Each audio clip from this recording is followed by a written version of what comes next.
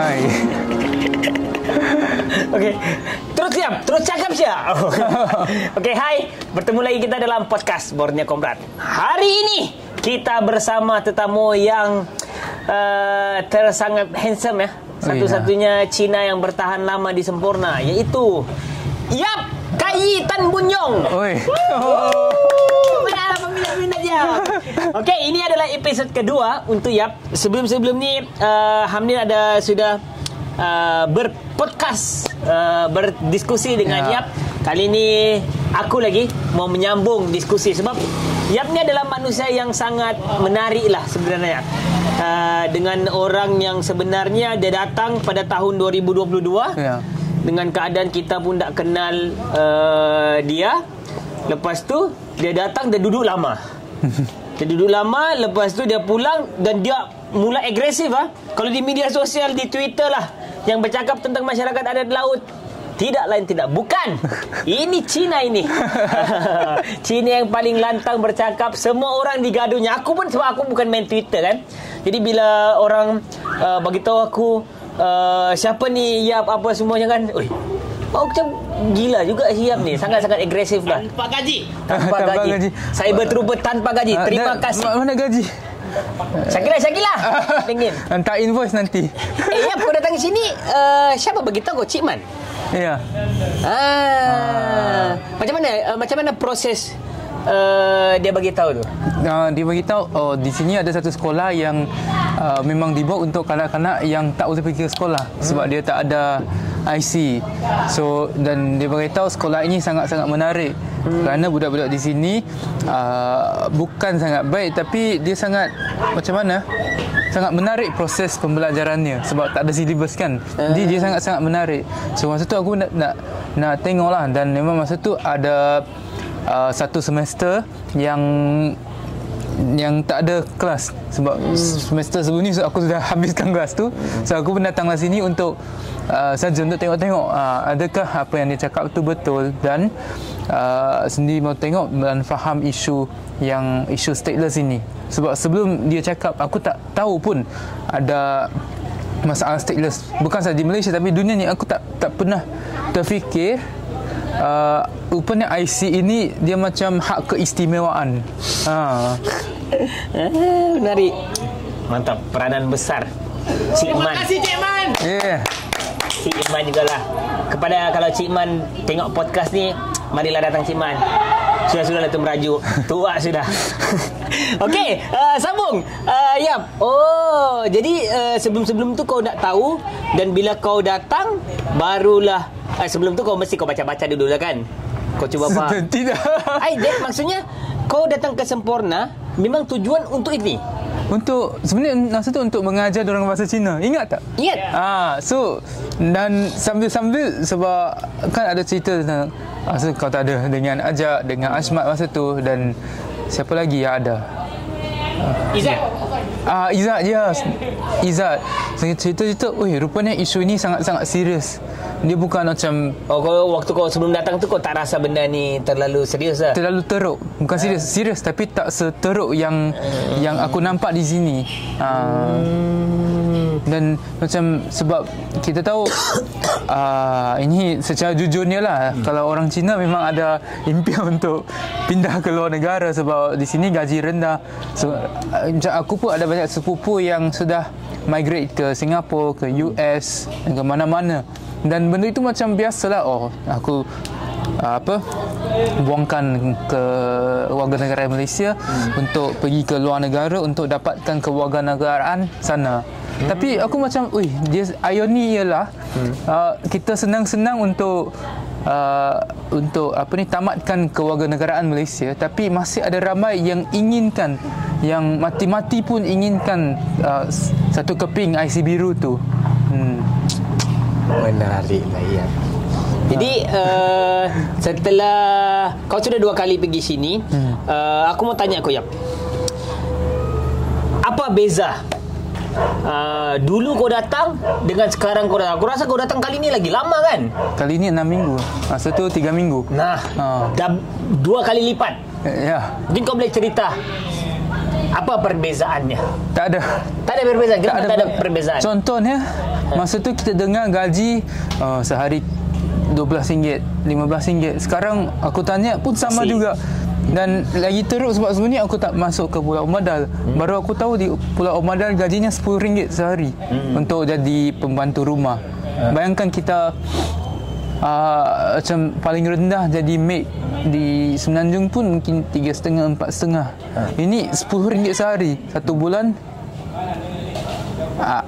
300. Sangat menindas sebenarnya. Dan masalah gaji, masalah kesihatan, macam baru ada si Sabri kena TB dan ajak ada cerita di hospital ada satu ward, bukan ward, satu kawasan untuk pesakit TB. Benda ini sangat bagi aku culture shock sebenarnya. Sebab kalau di Semenanjung aku tak pernah pun dengar ada orang kena TB yang aku kenal. Mungkin mak menakutkan aku lah, kau banyak batuk nanti kau dapat TB. Itu je aku tahu pasal TB. Tapi kalau di sini betul TB ini masih jadi penyakit yang sangat viral di sini. Jadi sama masih sangat teruk. Ada pun tambah teruk. Masa tu belum ada kampung dibakar, sekarang ada kampung dibakar. Ada pun tambah teruk, tak ada yang tambah baik. Yang tambah baik tu ialah kita ada universiti alternatif. Kiranya tambah baiklah. Yap, kau sebagai orang KL kan? Ya. Datang ke sini. Kau kira orang Kuala Lumpur kah? Kalau mau claim boleh claim lah. Okey, kau menetap di Kuala Lumpur sekarang lah. Sekarang menetap di Kuala Lumpur kan. Dan kita sedia maklum sebenarnya di Kuala Lumpur pun ada juga orang miskin, kan? Kemiskinannya juga ada. Apa perbezaan kau nampak kemiskinan ataupun penindasan yang berlaku di Kuala Lumpur dengan yang ada di sini?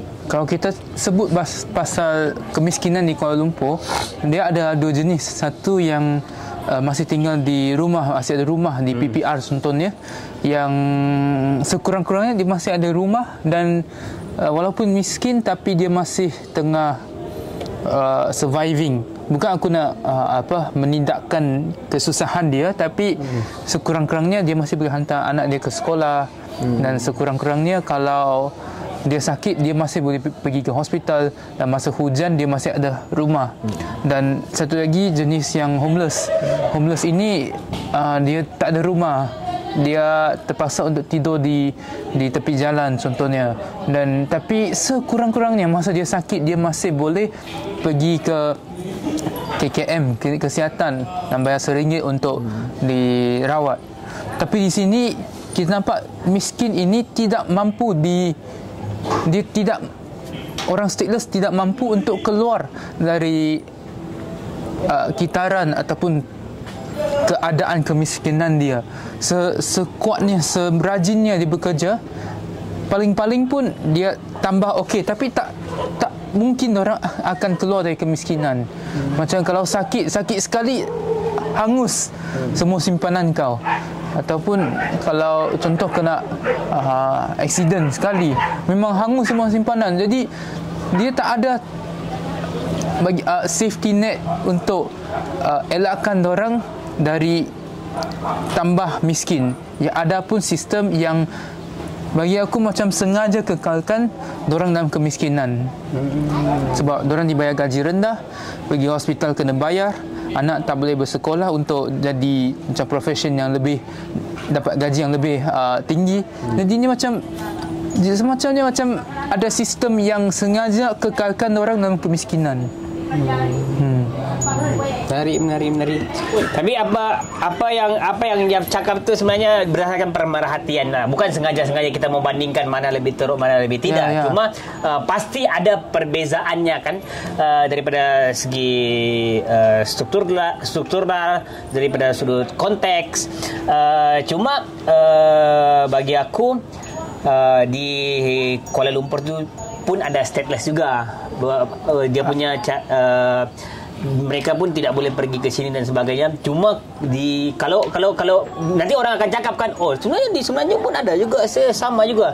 Cuma orang tidak faham, dia tidak kalau kamu pergi sini dan faham isu di sini, dia satu gerombolan yang besar. Dan dia macam aku susah mau bagi gambaran untuk orang yang tak pernah transit, kan? Betul. So macam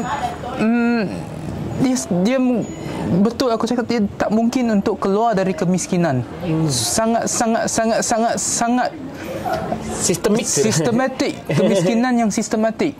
Dan bukan aku mau bandingkan mana lagi teruk, dua-dua pun teruk. Dan bagi aku kemiskinan ini sebenarnya puncanya bukan sebab orang itu malas atau sebab orang itu tak berusaha, tapi sebab salah dasar kerajaan yang enable orang itu terus dalam kemiskinan. Kalau kau rasa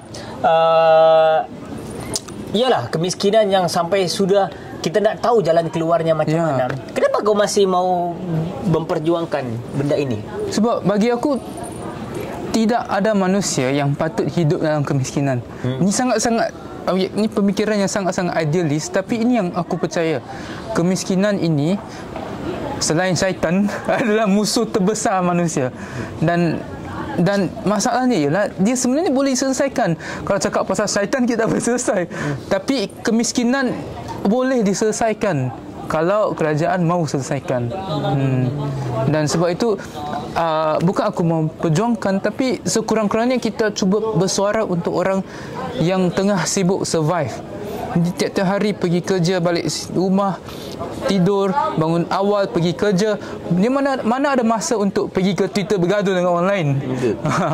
Bukan nak perjuangkan, tapi sekurang-kurangnya kalau aku ada masa, aku cuba tolong bawa suara orang yang tidak pernah pun didengari oleh orang di luar sana. Perjuangkanlah tu. Ya, tak nak claim lah. Bagus. Cina yang tidak bukan kaki klaim. Jujur aku cakap ramai sebenarnya orang melihat isu stateless yang sangat kompleks ni, sehingga ramai yang memberi tanggapan sebenarnya isu stateless ni tidak boleh selesai. Dan kalau begitu kita tak perlu buat apa-apa, ataupun ramai yang kata Borneo Comrade adalah satu organisasi yang halusinasi. Halusinasi atau membuat kerja-kerja yang apa namanya, tidak ada kepentingannya lah. Lebih baik fokus kepada benda-benda lain, sebab benda ini sudah terjadi lama dan dia tidak ada jalan penyelesaiannya pun. Apa pandangan kau tentang itu? 100 tahun lepas kalau kita cakap hak mengundi untuk wanita, orang pun cakap kita halusinasi. 50 tahun lepas kalau kita cakap menghapuskan sistem penghambaan di US, orang pun akan cakap kita halusinasi.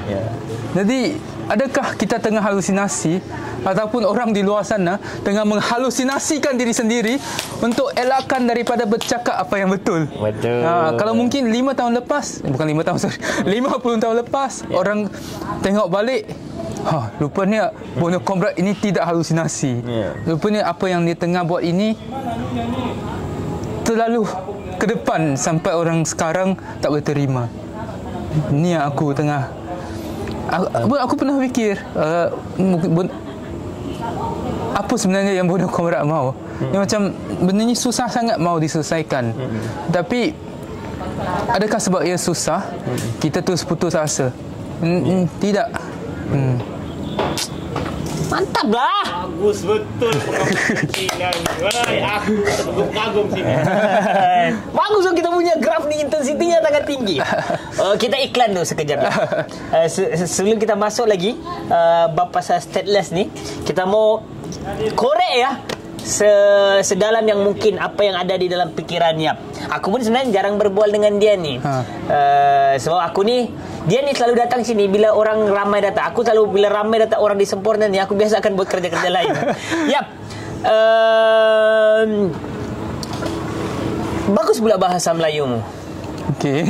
Macam mana boleh bagus bahasa Melayumu? Sebab dalam rumah aku cakap bahasa Mandarin dengan mak bapak. Lepas tu bapak aku sebelum ni lah, sekarang dia dah tua dah boleh.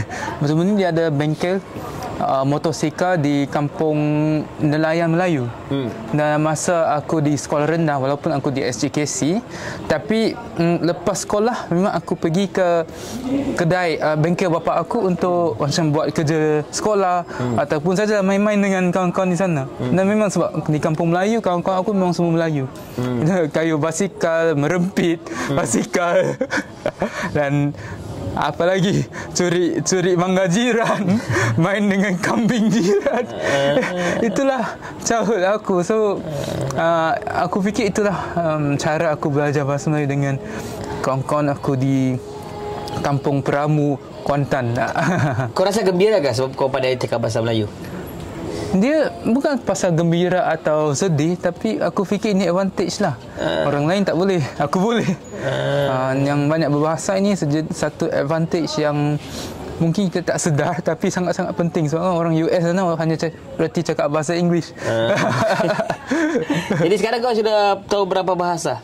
Yang okey, bahasa Mandarin, Melayu, English, Cantonese, Hokkien dalam 60% begitu. Dan bahasa Bajau. Bahasa Bajau mungkin dalam 10%. Okey, Yap. Ramai orang datang sini, Yap. Tapi aku jujur aku cakap lah, salah satu target kami di Sempurna adalah kami akan Borneo Komprat di Sempurna. Salah satu targetnya adalah orang yang datang Sempurna, sekolah itu Sempurna, kita akan layan sehingga dia mau datang balik. Kami akan ceritakan pasal isu ini sehingga dia mau datang balik. Jadi kami itu target kami. Sebab mau tak mau, bila orang datang tu, kami rasa orang ini sangat perlu dihargai dan sebab jauh ni, mau daripada KL tu macam pergi luar negara. Aku pergi Indonesia 1 jam lebih, pergi Vietnam Ho Chi Minh 1 jam lebih, sini mau 3 jam. Aku pergi Thailand, tiket ulang alik berapa, 300, pergi sini 400 lebih. Kadang-kadang boleh sampai 1000 lebih. Jadi siapa yang datang sini tu, sini 3 jam, lain tunggu airport, lain pergi daripada Tawau pergi sini. Jadi orang yang datang sini tu, aku sangat percaya orang yang sungguh-sungguh ada sesuatu dalam dirinya. Itulah sebabnya kami selalu memberi yang terbaik lah, sehingga orang itu mau datang balik. Jadi kebanyakan kalau kau nampak posting-posting Borneo Komprat kan, orang yang datang sini tu biasanya orang yang akan datang sudah macam regular sudah. Datang berkali-kali, dan kau pun datang berkali-kali di sini lah. Tapi bezanya kau dengan orang-orang yang lain adalah bila kau pulang, kau masih duduk dalam grup, dalam WhatsApp Bikin muda dan masih lagi menyambung usaha-usaha berkomunikasi dengan pelajar-pelajar di media sosial. Bila kami ada apa-apa aktiviti di sebenarnya, kau tetap datang, dan sampailah tahap kau jadi satu macam juru cakap kan pasal stateless ni di Twitter kan. Bagi aku itu sangat ya, orang boleh panggil ekstrim, aku boleh panggil sangat radikal lah, sangat berani. Kenapa kau mau buat benda tu? Okey, aku jujur lah. Sebenarnya bukan Borneo Komprat sendiri yang buat aku mau buat begini. Bukan cikgu. Aku berterima kasih pada cikgu-cikgu yang jujur. Kalau pelawak datang, memang aku akan, ni korang tak tahu sebab aku cakap di belakang korang. Aku memang beritahu dia, sebenarnya orang yang paling aku hargai ataupun kagum ialah cikgu-cikgu yang sanggup korbankan diri masa depan masa depan, masa dia muda. Mungkin dia boleh cari duit berjuta-juta di luar, tapi dia sanggup stay di sini untuk berkorban mengajar. Tapi bukan ini yang buat aku mau stay, walaupun aku sangat kagum lah dengan cikgu-cikgu sini. Yang buat aku mau stay ialah pelajar-pelajar sendiri. Dia berusaha untuk cari jalan yang bukan jalan yang kononnya ditakdirkan dengan orang. Bukan kalau kau stateless, kau besar, kau kena jadi pelayan, jadi tour guide. Tapi dia cari jalan satu lagi untuk teruskan mencari ilmu. Macam si Jai, dia usahakan kebun ini. Bayangkan sebenarnya benda ni bagi aku sangat culture shock, tahu tak? Sebab kita dia ajar bahasa laut ini di laut, tapi ilmu Jai pasal kebun lagi tinggi dari semua orang di sini. Dan sebenarnya pelajar-pelajar yang buat aku rasa tak sia-sialah aku terus bersuara untuk isu ini walaupun dimaki, dipanggil apa yang tak pernah dipanggil. Tapi sebenarnya pelajar sendiri yang buat aku rasa berbaloi lah aku habiskan masa dimaki. Ya. Apa antara komen-komen orang di Twitter terhadap kau, Yap? Sebab banyak orang mention kau kan, Yap. Pembela PTI, siap ada yang doa aku dirogoh dengan bajau laut. Uish, kau tengok muka Jai tu, itu Jai kan? Kau rasa dia perogoh? Tak mungkin. Dan dia doa itu takkan makbul, itu yang aku tahu, insya-Allah. Dan banyak lagi lah yang sekarang paling pelik ialah bila ada isu pasal warga asing, pasal pelarian, pasal orang stateless. Contoh pelarian merompak, pelarian apa-apa kes jenayah lah. Dia kan tag aku seolah-olahnya aku sekarang dah jadi Menteri KDN yang baru, dan dia tag aku harap aku selesaikan isu itu. Tapi ya, ada kesamaan lah, aku pun tak diundi. Okey. Yap, kau tak pernah takut ke, Yap? Maksudnya, iyalah, walaupun kau cakap kau di Twitter, di media sosial, tapi kau tahu juga kerajaan kan, pasti akan ada celah-celah yang kemungkinan kau akan dipanggil, akan kau disiasat dan sebagainya. Kau pernah terfikirkah sampai tahap kemungkinan kau akan diangkut di rumah? Sebab tu aku kurang radikal masa aku di Sabah. Nanti balik Semenanjung kau tengoklah. Dan ya, tapi sejujurnya kalau aku tak pernah terfikir aku akan ditangkap. Kalau ditangkap pun kita tengoklah macam mana. Dia bukan sesuatu yang aku harapkan lah. Bagus. Ya. Jangan fikir benda yang buruk. Bagus ni orang-orang yang cakap pasal ditangkap. Ini juga antara yang buat aku mau datang ke sini. Sebab kau tengok si Jai ni, aku mention Jai sebab dalam mata aku cuma dia saja yang depan. Kau tengok si Jai ni, lepas dia ditangkap, dibebaskan, dia masih bersuara untuk isu dia sendiri. Kan kalau orang lain ditangkap mungkin dia sudah diam.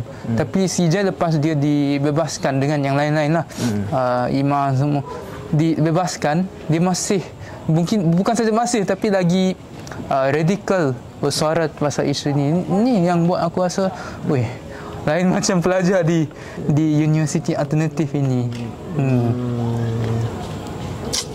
Menarik lah. Yap. Adakah kau lepas ni akan, kau sekarang jurusan undang-undang, adakah kau akan terus chambering dan praktis? Aku baru gagal exam. Okay. So tengok tahun depan boleh pass ke tak, baru fikirlah.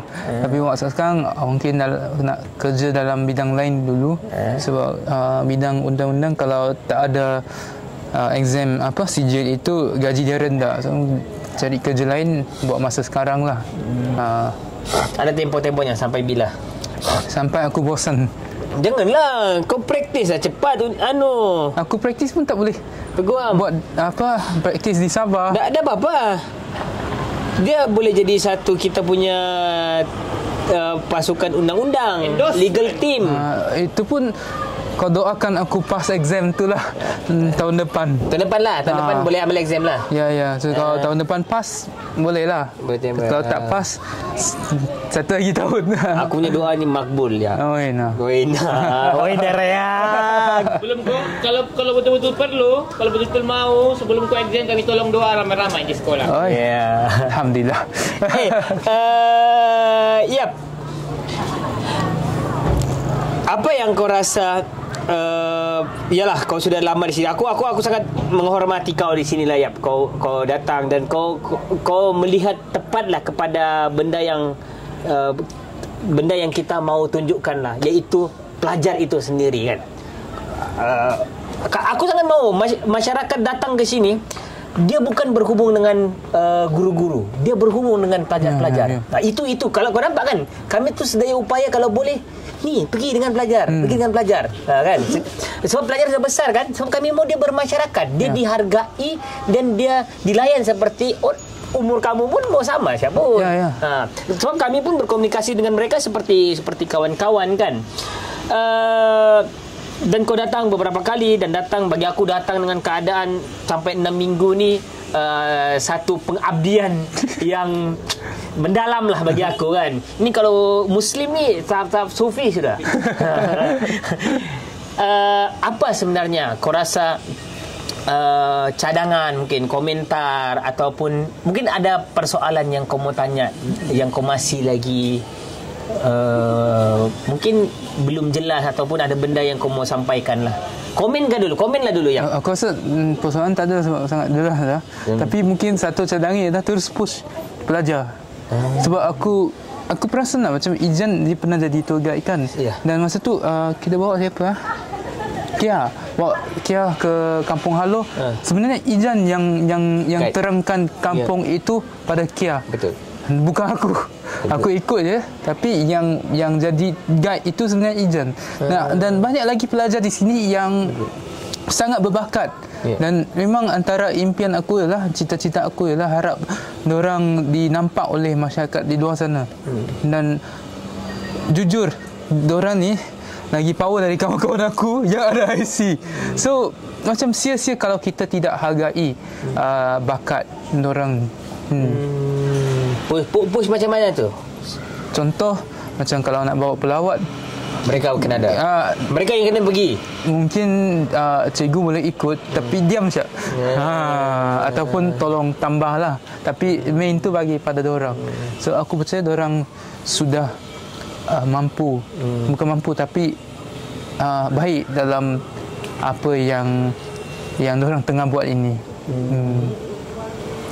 Lagi? Tak ada. Macam mana kehidupan di sini, Yap? Tidur di dalam rumah kolektif. Lepas tu ada pasang surut airnya, kadang-kadang ada, kadang-kadang tiada. Kadang-kadang mati karan. Lepas tu masak ramai-ramai. Mungkin kau boleh ceritakan pengalaman tu supaya orang boleh tahu macam mana sebenarnya diorang tinggal dalam rumah kolektif ni. So kalau kami di sini, kami tak tahu macam mana mau cerita sebab kami bukan orang luar, kami yang membina bersama-sama pelajar benda ni. Kalau kau macam mana kau mau kasih faham macam mana keadaan kalau tinggal di dalam rumah kolektif tu? Itu macam tak ada beza. Okey, ni macam tak ada beza. Kau datang, kau cari satu tempat tidur dan kau tidur. Excuse me. Dan masa-masak kau tolonglah. Mungkin hari ni bukan kau masak tapi kau pergi ke dapur tengok apa yang mau dipotong ataupun apa yang boleh tolong. Dan kadang kalau ada masalah kau cuba tolong selesaikan. Kalau tak dapat tolong selesaikan pun kau berdiri tepi acak-acak tu. Bersolidariti tu namanya. Dan masa mati karan, mati air tu aku fikir itu biasalah di Sempurna. Hidup Syafiq Abdal. Dan cuma tak ada yang special sangat kau datang sini. Sebenarnya yang penting bukan di rumah kolektif, tapi lepas kau bangun cuba kau menjalankan aktiviti bersama pelajar di sini. Itu yang penting. Sebab kan ya, kami kadang-kadang risau bila orang mau datang, kami sedaya upaya untuk orang tidak tidur di hotel. Ya. Itu kan mahal kan. Macam mana kau mau tinggal lama kalau kau tinggal di hotel? Tapi macam mana kita mau bagi gambaran macam boleh tinggal di sekolah, cuma tempatnya tidurnya begitu-gitu sahajalah. Maksudnya kan makannya begini saja. Sebab aku tu beri gambaran sejimat mungkin. Orang datang tu sejimat mungkin dia boleh berada di sini supaya dia boleh ada bayangan, dia boleh duduk lama. Sebab kalau dia duduk hotel, makan di luar, dia dengan mau naik Grab pergi sana ke sini, mustahil dia boleh duduk sampai 6 minggu. Betul. Itu aku punya gambaran lah. Dan apa nasihat kau yang kau rasa kan? Satu lagi masalah adalah biasa orang mau datang, Umi, kami mau datang sini, apa yang kami boleh bantu? Apa yang kami boleh buat? Kadang-kadang aku bela juga sebenarnya. Bila dia tak pernah datang, so aku ni satu bukan jenis orang mengarang-arang. Aku tak pernah ya, kau bolehkah tolong buat ini, buat ini, buat ini? Aku bukan jenis macam begitu kan. Kau datang, kau amati sendiri, bolehkah aku yang buat ini? Bolehkah kau tanya mau buat itu? Boleh. Terpulang daripada apa kau mau buat. Jadi macam mana apa pandangan kau? Sukarelawan macam mungkin kau boleh maklumkan, mungkin orang di luar sana dia mau jadi macam duduk macam kau duduk di sini lama, tapi tak tahu apa dia mau buat. Sebenarnya kau tak payah pun tahu kau mau buat apa. Kau datang dulu. Lepas tu mungkin hari pertama, hari kedua kau lepaslah dengan pelajar. Masa lepak kau akan ada idea, oh aku mau buat ini. Macam papan tanda tu, itu pun lepas aku lepak di sana, lepas tu aku nampak banyak pelancong China yang limpas, aku pun terfikir sebab diorang kalau limpas diorang akan tengok, oh apa ni? Sebab diorang pun mungkin tak tahu apa itu universiti, sekolah ni. Dia pun tengok apa ni. Dan pernah sekali kita ada pelancong China yang datang masuk sebab dia dengar ada orang basking di sini. Dia pun rasa menarik. So aku pun terfikir, sepatutnya kita boleh buat satu papan tanda di sana. Nanti tolong edit gambar papan tanda di sana. Untuk masa pelancong limpas, dia boleh tahu, oh rupanya ini sekolah untuk kanak-kanak stateless, marginal. Ya, macam hari itu kita ada 3 pelawat yang dia datang ke Semporna untuk ke pulau mana Pulau Bumbung untuk diving dan snorkeling dan sebagainya. Dan tapi sehari sebelum dia masuk ke pulau, dia nak tengok-tengok di kawasan Semporna, Pekan Semporna dulu. Jadi masa tu dia masuk dari Pekan, dia datang ke kampung air. Masa tu makcik-makcik di hujung jalan ini beritahu dia, oh di sini ada Borneo Conrad banyak membantu masyarakat sini. Dia pun datang, dia masuk ke sekolah, dia tengok, oh apa ni. Masa tu dah tak ada pelajar petang. Dan dia pun nampak papan tanda itu. Dan masa tu aku pun dalam sekolah aku cakap, masuklah boleh tengok. Nasib baik Syafiq ada. Kami pun macam terangkan apa itu sekolah IT dan apakah isu di sini. Dan kita pun sempat bawa dia masuk ke bangau-bangau sampai kuburan dan balik. So aku fikir kau datang je. Datang, kau duduk lepak-lepak, kau akan ada idea untuk nak buat apa. Dan aku faham kenapa orang tanyalah apa yang dia boleh bantu. Sebab kan kita ada expectation kau nak pergi ke mana-mana untuk buat apa itinerary dia. Tapi datang je dan kau akan ada idea. Kalau tak buat apa pun, aku rasa tak ada masalah kan. Tak ada masalah. Datang saja lepak. Yang penting kau fahamkan isu ini. Betul. Ya. Sebab itulah, aku rasa itu ya kau punya tanggungjawab ni. Sebab sebenarnya Yap ni satu hari ni ada banyak benda dia buat. Tapi mungkin kau rasa benda tu biasa, tapi bagi orang tu luar biasa. Contohnya macam kau bangun pagi jam berapa, kau perlu buat apa. Contohnya macam sebab ada orang dan semua orang hidup dengan cara yang sama. Ada orang pagi dia tak tahu mau buat apa. Pagi dia macamnya macam mana dia boleh berfikir secara kolektif. Maksudnya, apa yang kita boleh makan sama-sama. Dia boleh tanya. Mana tahu dia tak tahu buat apa-apa, tapi dia ada sedikit kepakaran boleh masak. Sila datang. Kan? Sebab aku dah bosan. Okey, cerita. Sebab aku dah bosan kali orang itu yang masak. So boleh datang bawa masakan yang kita tak pernah cuba. Itu pun sangat-sangat menyimbangkan.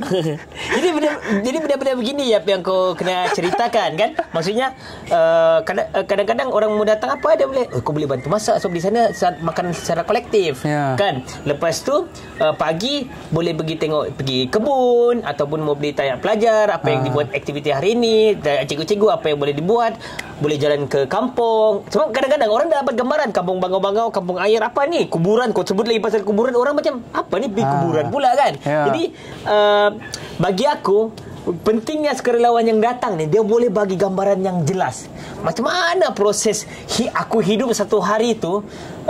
Macam mana pagi aku buat apa ini kan, benda tu menarik kan kalau didiskusikan. Okey, aku bangun jam 8 sebab aku tak bersarapan. Jam 8, lepas tu beratur depan tandas sebab kita semua kalau dalam tandas memang 2 jam. Dan lepas dia lama ke di tandas je? Ada sebab Mira lah. Sekarang sudah tak ada Mira semua. Tapi masih ada Aina.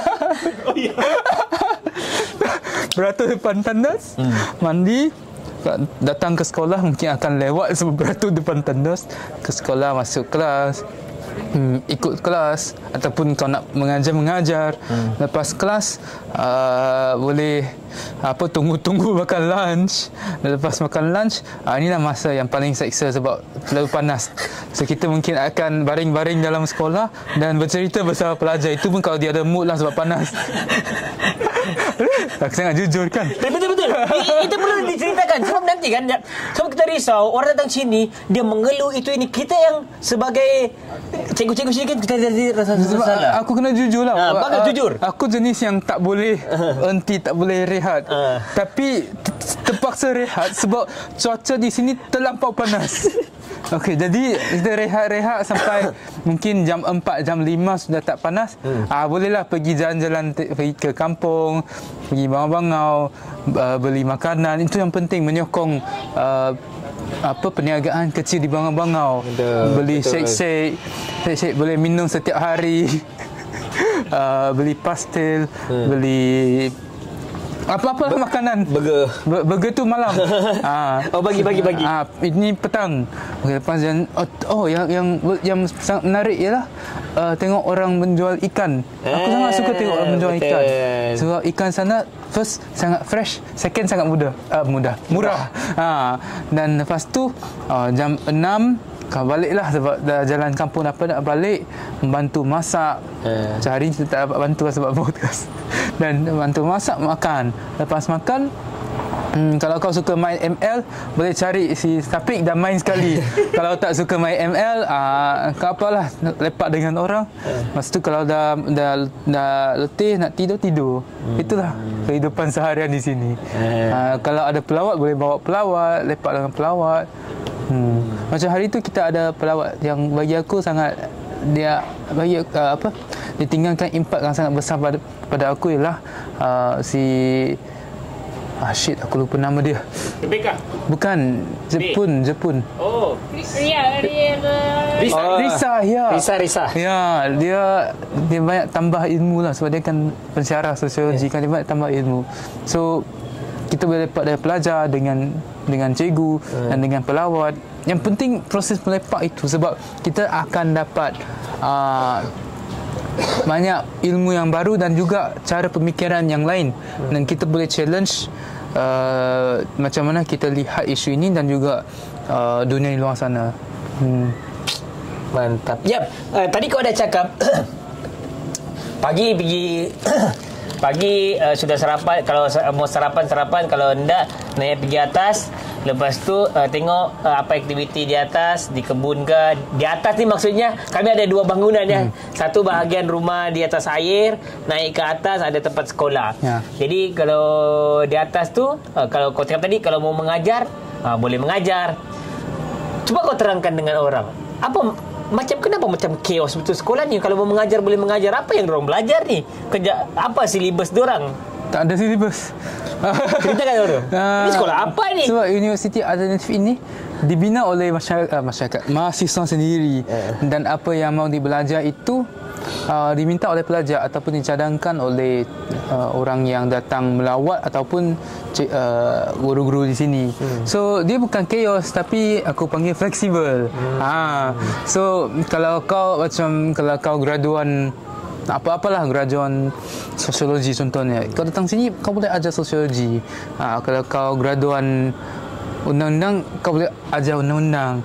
Kau pandai bahasa Perancis, kau datang sini mengajar bahasa Perancis. Kalau kau ada sesuatu, kau datang dan kita panggil mengajar. Sebenarnya bukan mengajar, tapi cuba kongsikan ilmu. Dan sambil kau mengajar, pelajar-pelajar juga akan mengajar kau benda yang baru. Macam Jai ajak aku ke kebun, Ijan ajak aku tour guide. Mantap lah. Cina-cina beginilah kita perlukan. Okey, Yap. Macam mana kau lihat kemungkinan, aku kan Yap, daripada tahun 2015 Barisan Nasional, selepas itu tukar pergi PH, lepas itu tukar pergi PN, tukar lagi pergi PH. 4 sudah kah? 4 sampai 5 Perdana Menteri kan? Najib, lepas Najib Mahathir, lepas Mahathir Muhyiddin, lepas Muhyiddin Ismail, lepas Ismail Anwar Ibrahim. 5 Perdana Menteri. Kau rasa adakah kemungkinan kerajaan ini, dan aku kena jujur jalan ya, di dalam kerajaan sebenarnya ramai bekas-bekas aktivis, kawan-kawan yang sebenarnya aku sangat percaya mereka ni sebenarnya punya hati dan idea sama seperti kita sebelum mereka masuk kerajaan. Jadi kau rasalah, adakah kemungkinan ada dasar-dasar memihak kepada masyarakat kelas bawah ataupun masyarakat marginal stateless ini yang dalam kerajaan yang sekarang ataupun akan datang lah?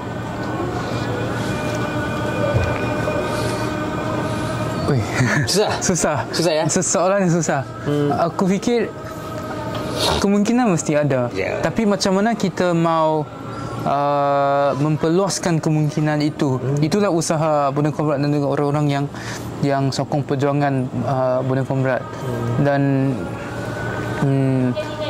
sebab kerajaan hanya akan bertindak bila dia rasa itulah apa yang rakyat mahukan. Sebab mau tak mau, walaupun kita ada parti yang berhaluan ke kiri ke kanan, tapi mau tak mau dia pun masih perlu kejarkan populariti dan juga undi. Jadi sebelum kita harapkan dia buat sesuatu, lebih baik kita wujudkan satu situasi di mana sebenarnya rakyat tidak, sekurang-kurangnya tidak membenci orang stateless. Sekurang-kurangnya. Dan kalau boleh, lebih baik kita bagi rakyat nampak rupanya orang stateless ini boleh berbakat untuk masyarakat dan juga negara. Macam tadi aku bagi contoh Jai Ijan dan Ima juga sangat sistematik, dan bila dia berbicara, dia sangat macam mana, ilmu dia sangat tinggi. Dan bila dia berbicara, kita akan dapat tahu rupanya, dan kita akan fikir orang ni kalaulah dia dapat IC, sangat jauh dia boleh pergi. Kritis. Ya. Macam ramai lagi pelajar di sini. So aku fikir kita kena membawa suara diorang, menunjukkan orang ini baik, orang ini mampu menyumbang, dan itulah peranan kita. Dan apa peranan kerajaan ialah, lepas kita sudah wujudkan persekitaran yang begini, yang aku panggil stateless friendly, kerajaan boleh menyambut permintaan ini dan buatkan dasar yang menjaga sentimen keseluruhan untuk membantu golongan tertindas ini. Sangat idealis, tapi aku boleh bagi contoh. Contohnya sekarang kan kita tahu orang stateless, walaupun dia tidak dibenarkan bekerja, tapi dia masih bekerja sebagai buruh haram. Pekerja yang haram lah, sebab dia tidak didaftarkan dalam sistem apa-apalah. So bukankah lebih baik kalau dia didaftarkan dalam sistem supaya dia boleh membayar gaji, membayar cukai? Dan yalah, aku tahu ada orang akan bantah, sebab kalau dia didaftarkan sebagai pekerja yang sah, orang itu sudah majikan sudah tidak boleh bayar dia gaji haram, gaji hamba 500, dia kena patuh pada gaji minimum. Tapi cuba kita fikir, adakah penghambaan ini halal dari segi agama dan moral kompas moral kita? Dan lepas dia dapat, jadi sekurang-kurangnya lah yang aku minta ialah pekerjaan dengan pendidikan. Pekerjaan supaya dia boleh bayar cukai dan menyumbang pada pembinaan negara dan sebagainya, dan pendidikan supaya kanak-kanak boleh habiskan masa dia di sekolah dan bukan di jalan raya. Kan sebab benda ni sangat membingungkan lah, sebab aku tak tahu kenapa orang tak boleh terfikir benda ini. Kita ramai yang kata orang stateless, kanak-kanak stateless ini suka berbaring-baring di jalan raya. Bukan dia mau pun, dia mau pergi sekolah, tapi dia terpaksa berbaring-baring di jalan raya sebab dia tak boleh masuk sekolah. Macam hari tu aku nampak budak-budak dipukul di depan Bataras, kawasan Bataras. So aku dengan Kia pun cuba tarik dia keluar dari situasi itu dan bawa dia pulang ke Kampung Bangmangau. Lepas tu beberapa hari lepas insiden itu, aku pergi Bataras dan dia nampak aku. Dia pun macam cikgu, dia macam nak pergi sekolah. So aku berfikir, sebenarnya dia sangat, bagi aku sangat sedih lah. Kanak-kanak ini sepatutnya ada di sekolah, bukan di jalan raya dan dipukul oleh rakyat Malaysia. Dia kanak-kanak, dia patut ada di sekolah, bukan minta-minta di jalan raya, ataupun baring-baring, ataupun yang lagi teruk hisap gam, benda ni tak sepatutnya berlaku. Kanak-kanak patut ada di sekolah.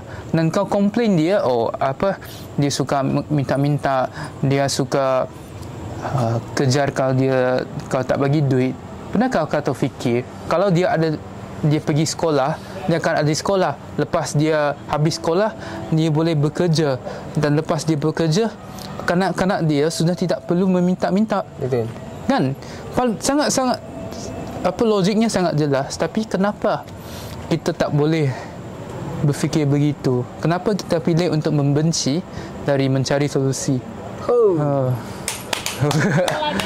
Level. Mantap lah. Tapi aku benar ya apa yang Yap cakap ni sebenarnya. Kadang-kadang kita terfikir, kenapa kau nak boleh fikir lah? Kenapa kau terlalu kejam, kan? Ya. Budak tu, dia tak boleh memilih dia boleh lahir seperti apa. Lahir Cina. Kan? Dia boleh pilih ke? Kalau dia boleh pilih, kalau boleh tak lahir, tak payah lahir. Kalau anak stateless tu boleh pilih, dia pun nak mau lahir macam gitu. Kamu pernah ke terfikir satu masa kita dilahirkan semula ataupun macam manalah terjadi, tiba-tiba kita jadi stateless? Kita pun tak tahu, kan? Jadi banyak orang yang fikir stateless tu dia yang memilih jadi macam begitu. Adakah dia di masa dicipta oleh Tuhan bagi dia satu borang isi kaum suku bangsa yang kau mahu, ada kotak Cina, Melayu, India, Bugis dan lain-lain. Adakah kau mahu jadi rakyat Malaysia, rakyat Filipina, Indonesia atau stateless? Tiada. Betul. Tapi aku rasa itu benda yang kita kena gali, Kenapa? Kenapa orang lain tak boleh fikir? Kau anggap logik tu jelas, tapi di kepala orang ramai tu logik itu sangat tidak masuk akal.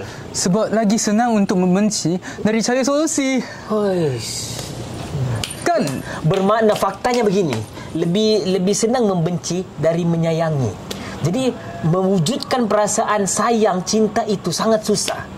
Membenci itu sangat mudah. Sebab ini dari segi agama lah. Benci dari syaitan, cinta itu dari Tuhan. Lebih senang kau dengar bisikan syaitan dari dengar ajaran Tuhan. Sebab kan kita di dunia ini dimiliki oleh syaitan. Jadi mungkin itulah cara kenapa orang lebih senang membenci dari tenangkan diri dan berfikir, kenapa dia jadi begitu. Sebab contohlah, aku nampak ada satu akaun di Twitter, dia bukan saja benci stateless, dia benci pelarian, sampai homeless pun dia benci. Dan dia kau bayangkan, homeless maksudnya orang itu dah hilang rumah, dia terpaksa tidur di jalan raya. Itu pun dia boleh benci. Kata dia mengotorkan image bandaraya. Kau bodoh ke apa? Kenapa dia pilih untuk membenci dari berfikir? Itu tajuknya nanti, Jap. Lebih mudah membenci dari mencintai. Cina halal. Betul lah. Aku rasa logik itu bila kita fikirkan, jujur aku cakap bila orang minta apa solusi, kenapa kerajaan buat macam gini, sebab bila orang tengok faham isu ni, benda ni macam tak masuk akal. Betul ke tidak? Jadi macam apa yang susah sangat pun kita tak faham sebenarnya. Di saat Amerika sudah hapuskan sistem penghambaan 50 tahun lepas, kita masih amalkan dengan bangga. Bayar orang RM10 sehari sebab boleh. Butuh. Okey. Kenapa? Betul. Jadi aku rasa menarik ya. Kita ada berapa minit lagi ada? 5 minit terakhir. Okey. Sambung lagi. 5 minit terakhir. Aku suka perbincangan daripada Yap ini. Yang terakhirnya tu adalah tentang kenapa orang lain tak boleh fikir. Sebenarnya bukan orang tu, kerajaan pun. Logiknya sangat mudah. Orang ni dah ada dokumen di sini. kalau sebagai kerajaan dia kena uruskan orang ini. Dia begini, Bang. Logik pemerintah sepatutnya ya, kalau kita jadi pemerintah dalam sebuah sempadan negara, kita kena bertanggungjawab untuk menguruskan masyarakat itu, siapapun dia, sebab dia berada dalam sempadan kita. Dan benda asas sebenarnya dalam pembentukan negara bangsa, benda nilai-nilai kemanusiaan. Itu dulu yang pertama. Okeylah, kita tolaklah benda ni orang akan cakap pasal kedaulatan negara dan sebagainya. Logik yang seterusnya yang tidak yang orang susah tidak terima, yang kita tidak terimalah kerajaan buat. Dia tangkap. Analisis sekarang ni anggaran stateless di Sabah lebih 1.3 juta orang di Sabah, 1/3 rakyat Sabah. Dia tangkap, tak cukup pun penjara kita, tak cukup pun pusat deportasi, tak cukup pun kita bajet untuk hantar dia pulang. Dan bahkan tanyalah immigration, orang tahu lepas kau hantar Filipina, dia balik pergi sini sebab tempatnya di sini. Benda tu akan berputar sampai takkan boleh selesai. Jadi orang akan tanya aku, jadi kenapa kerajaan tetap buat benda tu?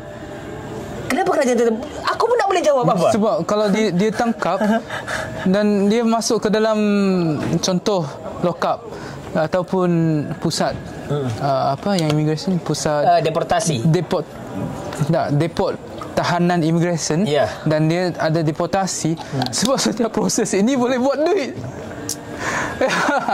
Dan itu dari kerajaan lah, senang sebab boleh buat duit. Untuk rakyat, aku bagi contoh aku sendiri. Aku memang diajar untuk bukan membenci tapi cuba salahkan orang India untuk setiap masalah.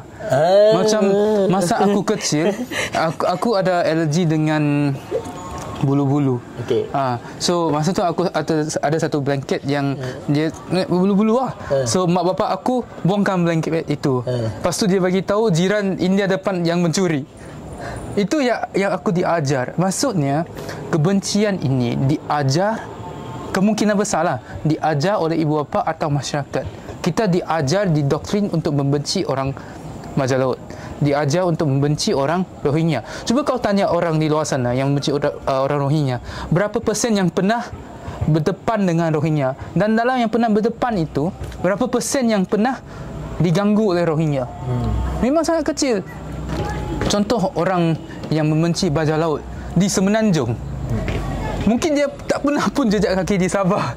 Tapi sebab orang cakap, Bajau Laut ini dia percaya, dan dia pun rasa patutlah orang membenci dia, dan aku pun harus ikut diorang membenci.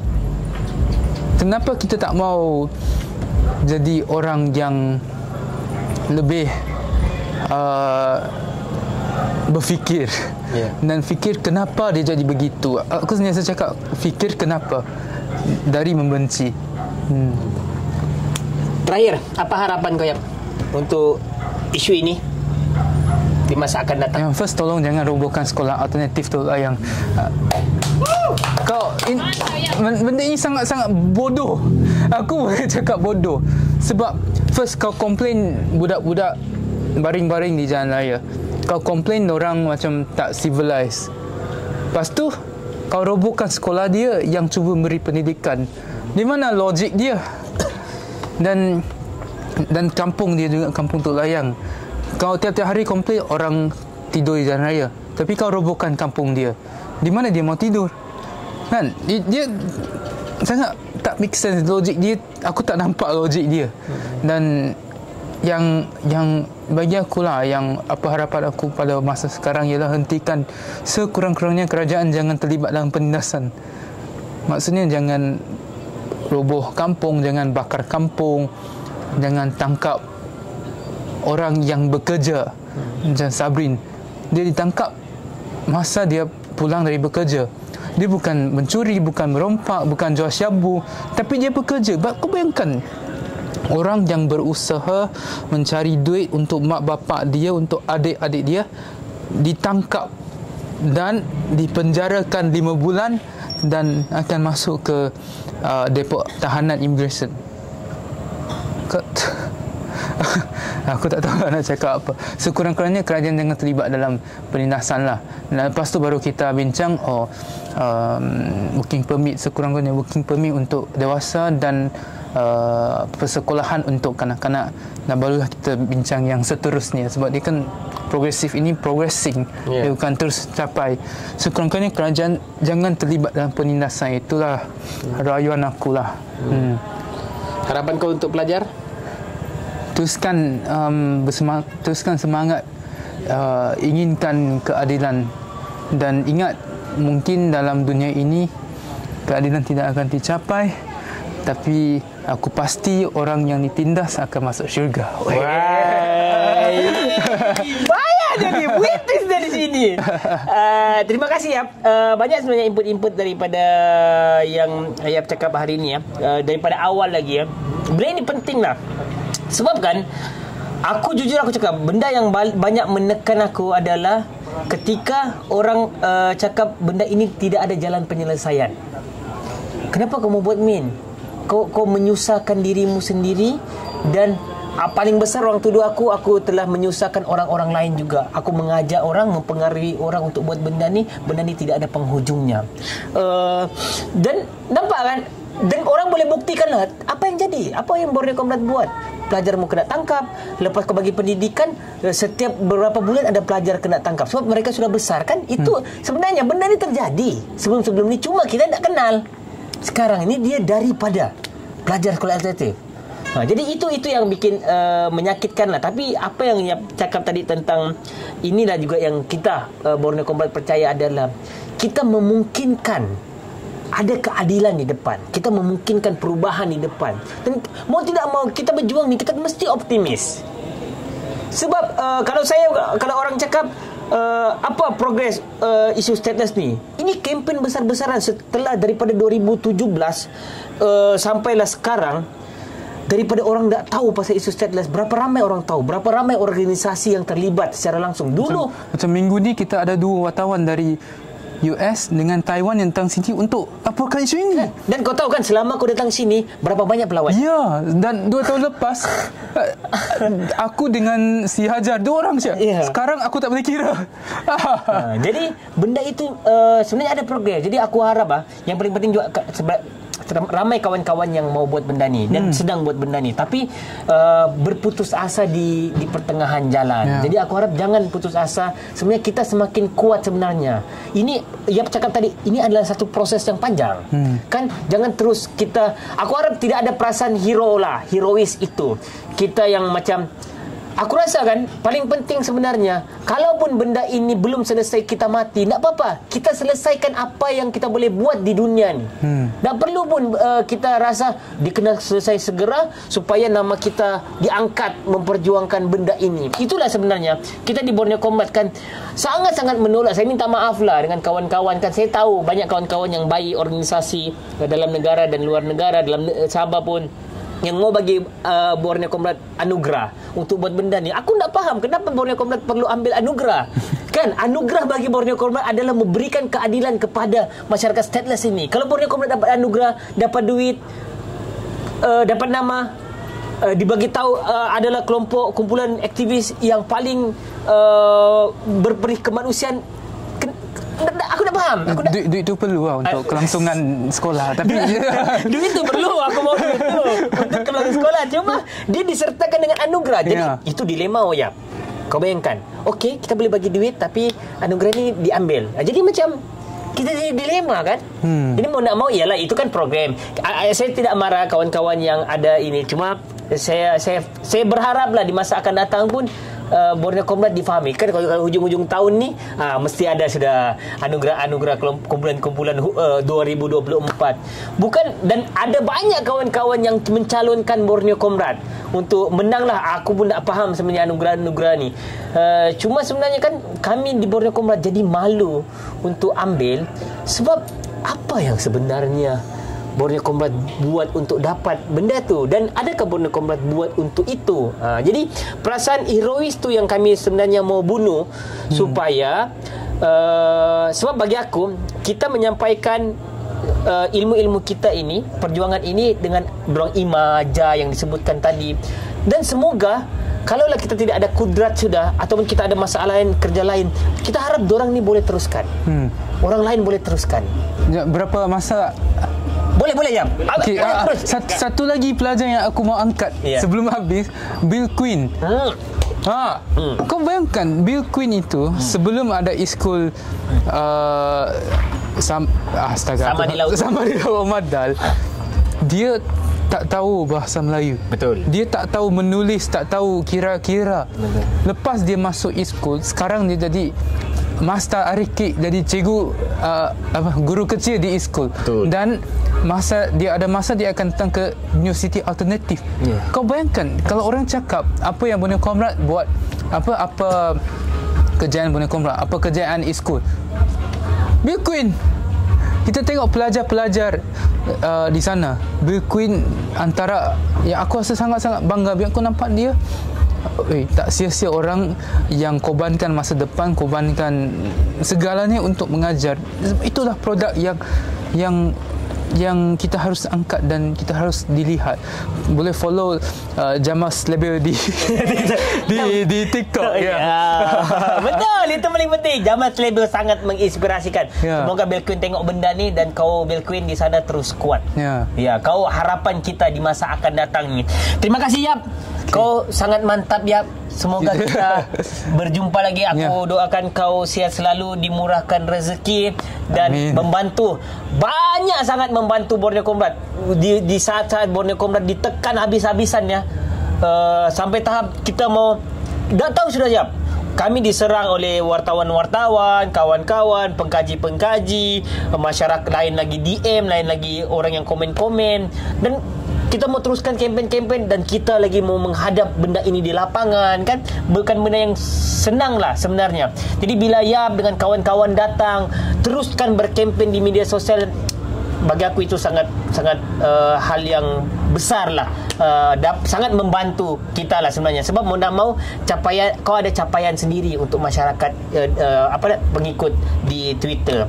Dan bagi aku jangan hiraukan lah. Pasti akan ada orang-orang yang akan komen negatif dan sebagainya, tapi pasti juga akan ada orang yang ikut dan faham tapi dia berdiam saja. Terima kasih Yap. Itu saja podcast Borneo Comrade pada hari ini. Terima kasih Cina Yap Kei Tan Bunyong yang sangat mantap. Mantap. Mantap lah. Mantap.